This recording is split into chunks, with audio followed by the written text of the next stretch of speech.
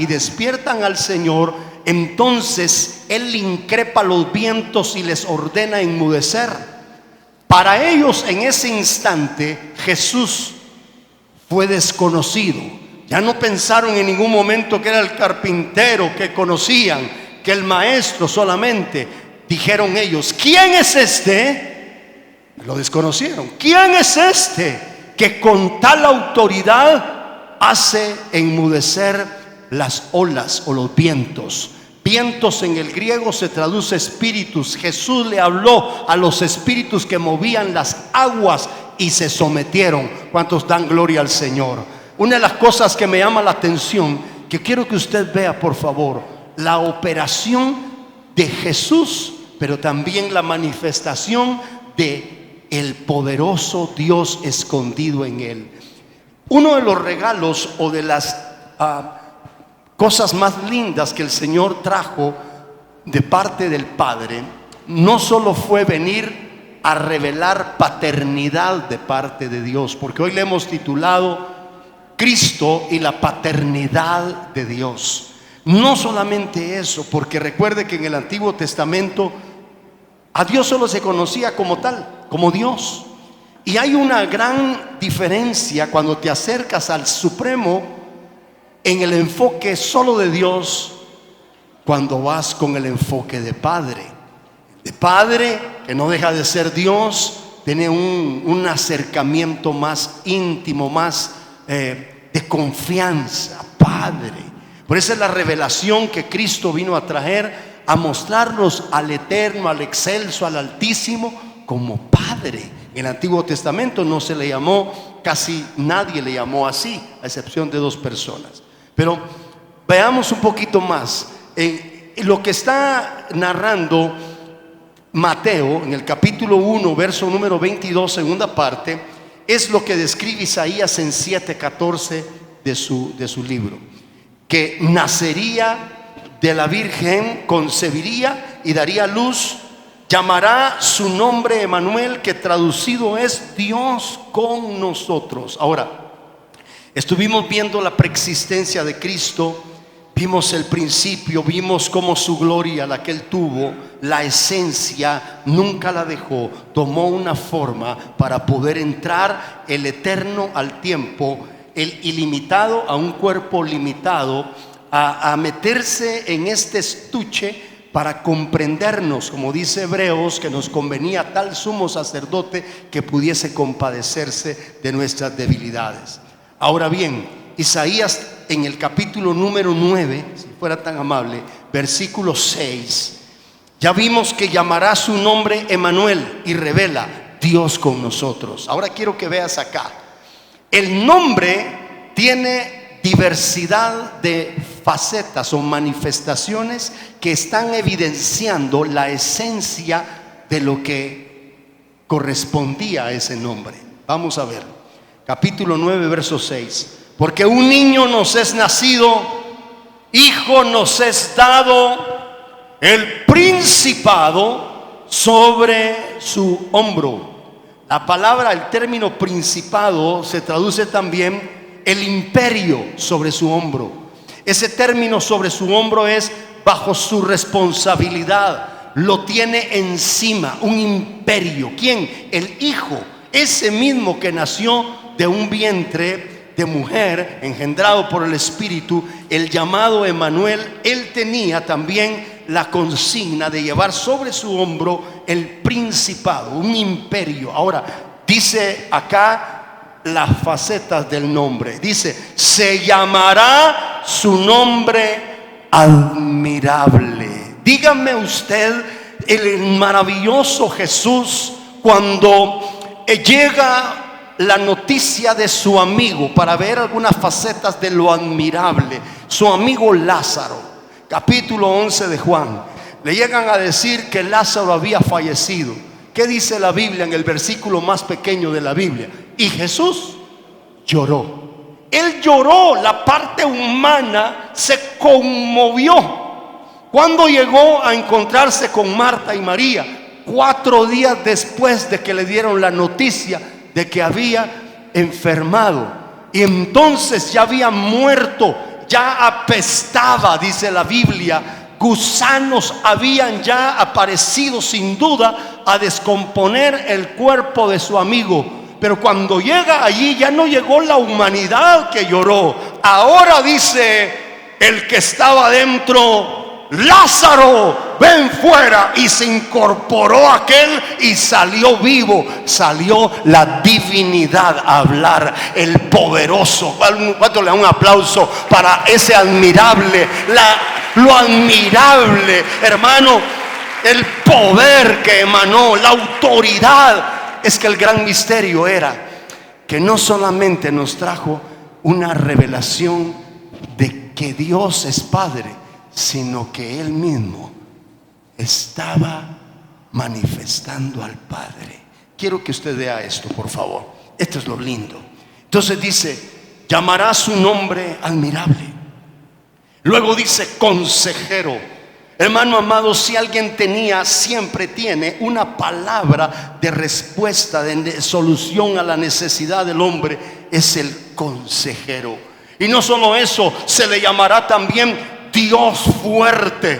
El término Dios es el eterno, el altísimo, el todopoderoso. Y el término fuerte en el original es Gibor, en el hebreo, Gibor. Y Gibor se traduce o se interpreta como poderoso, valiente, como guerrero, como hombre de guerra. Entonces aquí le voy.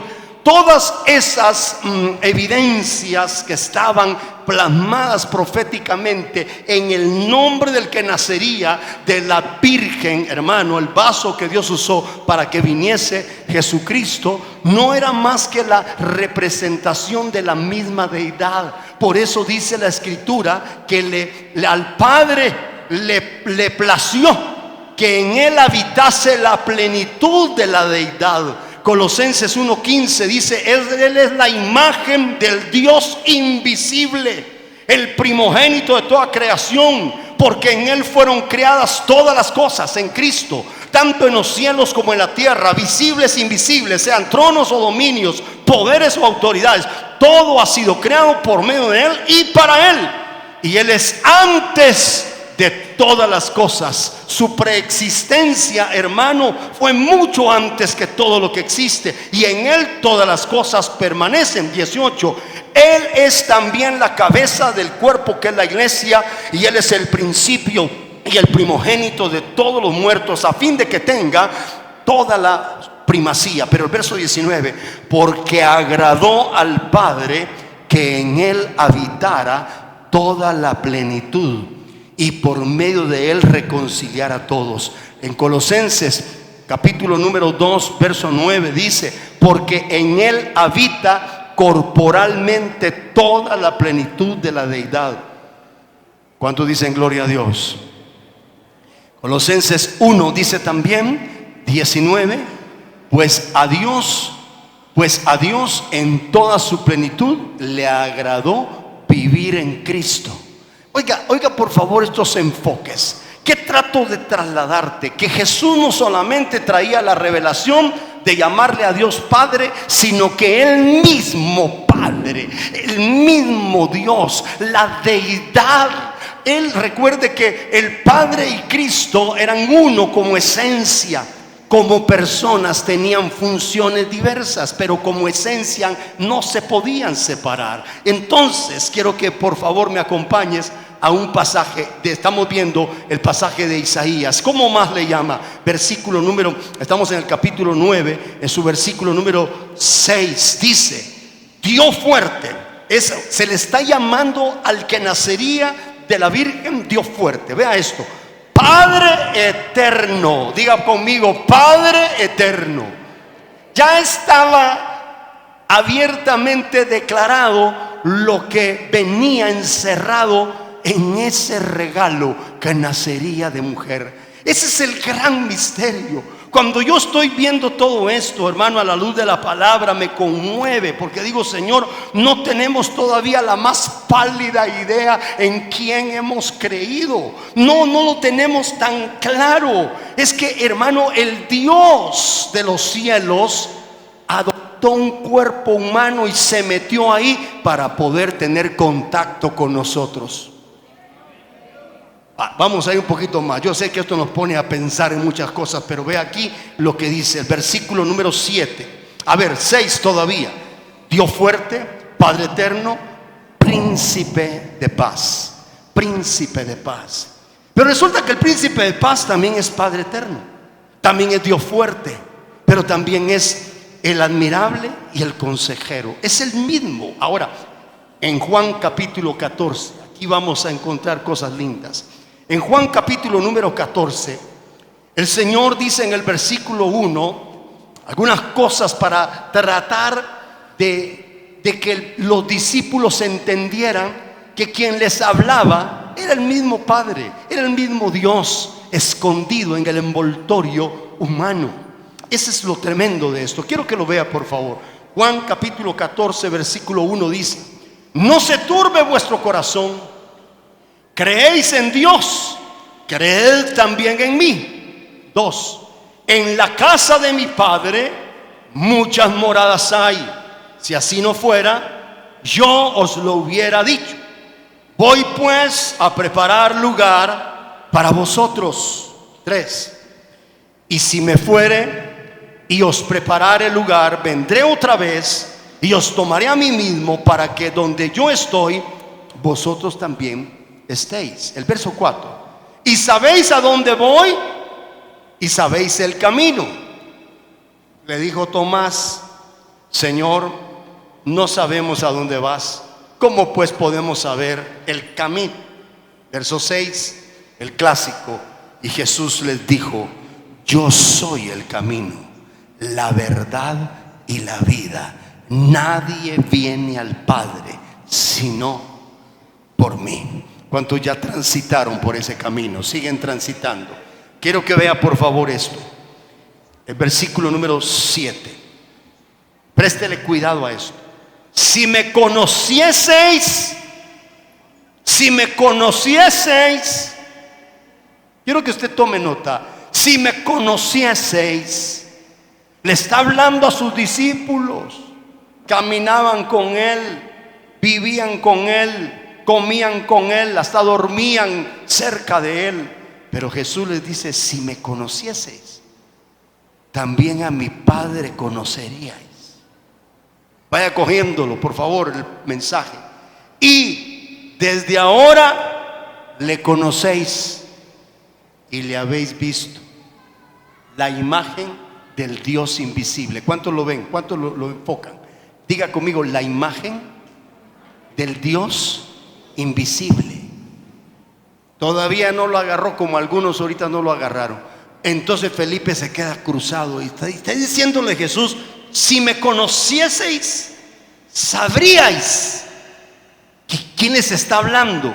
A ver, versículo número 7. También a mi Padre conoceríais, y desde ahora le conocéis y le habéis visto. Y viene, no la agarró Felipe, verso 8, y le dijo: Señor, muéstranos al Padre y nos basta. Jesús, dice en el verso 9, le dijo: tanto tiempo hace que estoy con vosotros y no me has conocido, Felipe. El que me ha visto a mí, ha visto al Padre. ¿Cuántos dicen gloria a Dios? Oiga, por favor, oiga, este está tan claro.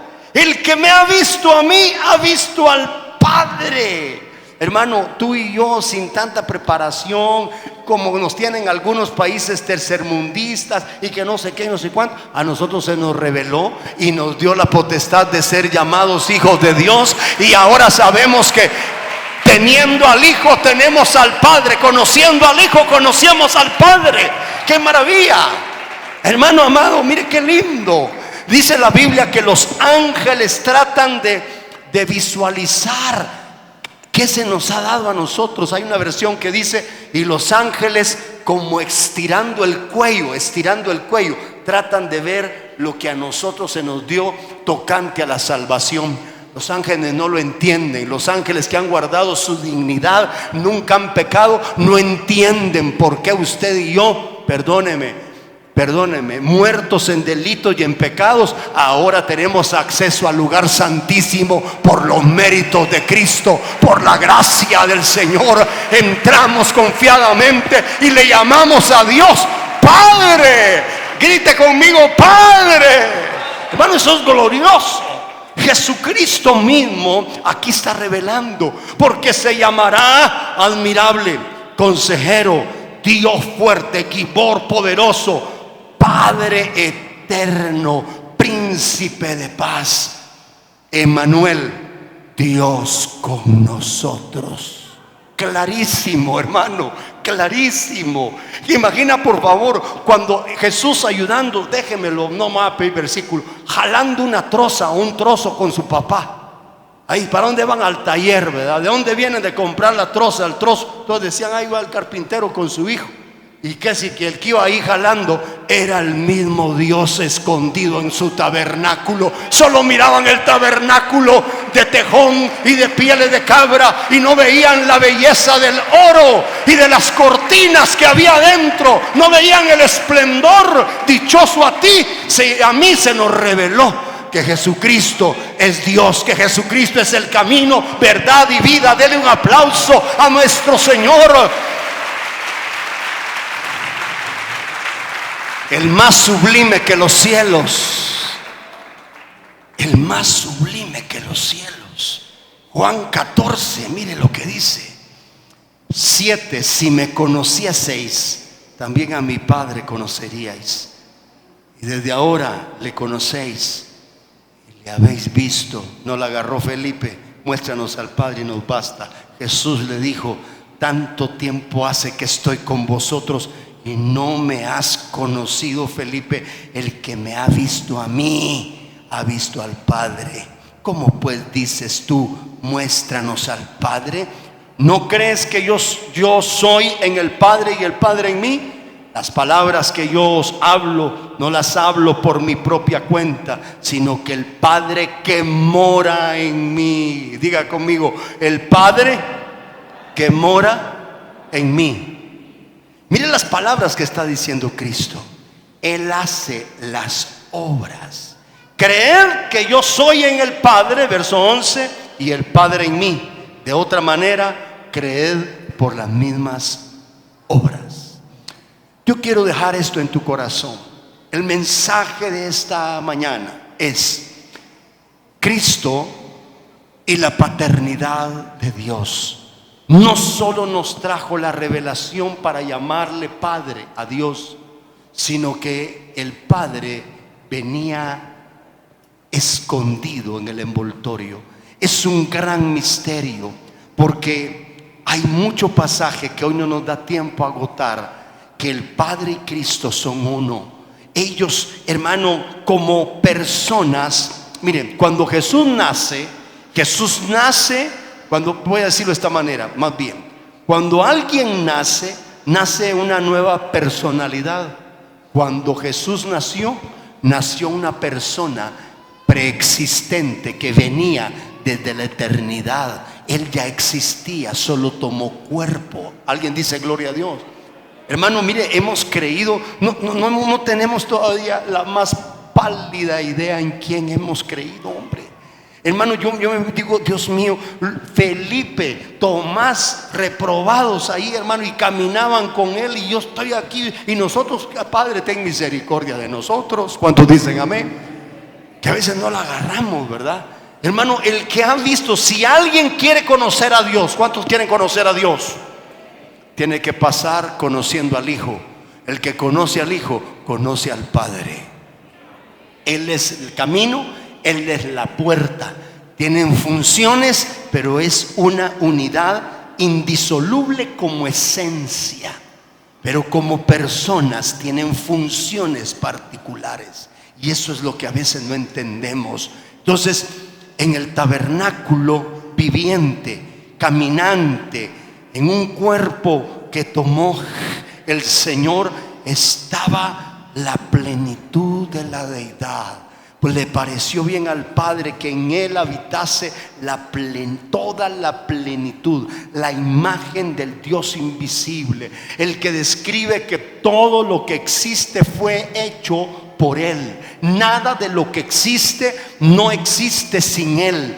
Por Él fue hecho. Y me impresiona esto, amado. Hoy conmemoramos su entrega, su sacrificio. ¿Dónde murió Cristo? ¿Dónde expiró? ¿En qué elemento? En una cruz. Esa cruz fue antes un árbol que Él mismo plantó, que Él mismo crió, y para su agrado, pero ahí estaba siendo el escenario de su muerte. Dígame si eso no es admirable, que el Altísimo se metió en un cuerpo y llegó a pagar, hermano, un precio para que tú y yo fuésemos salvos. Derramó sangre. Denle un aplauso, póngase de pie.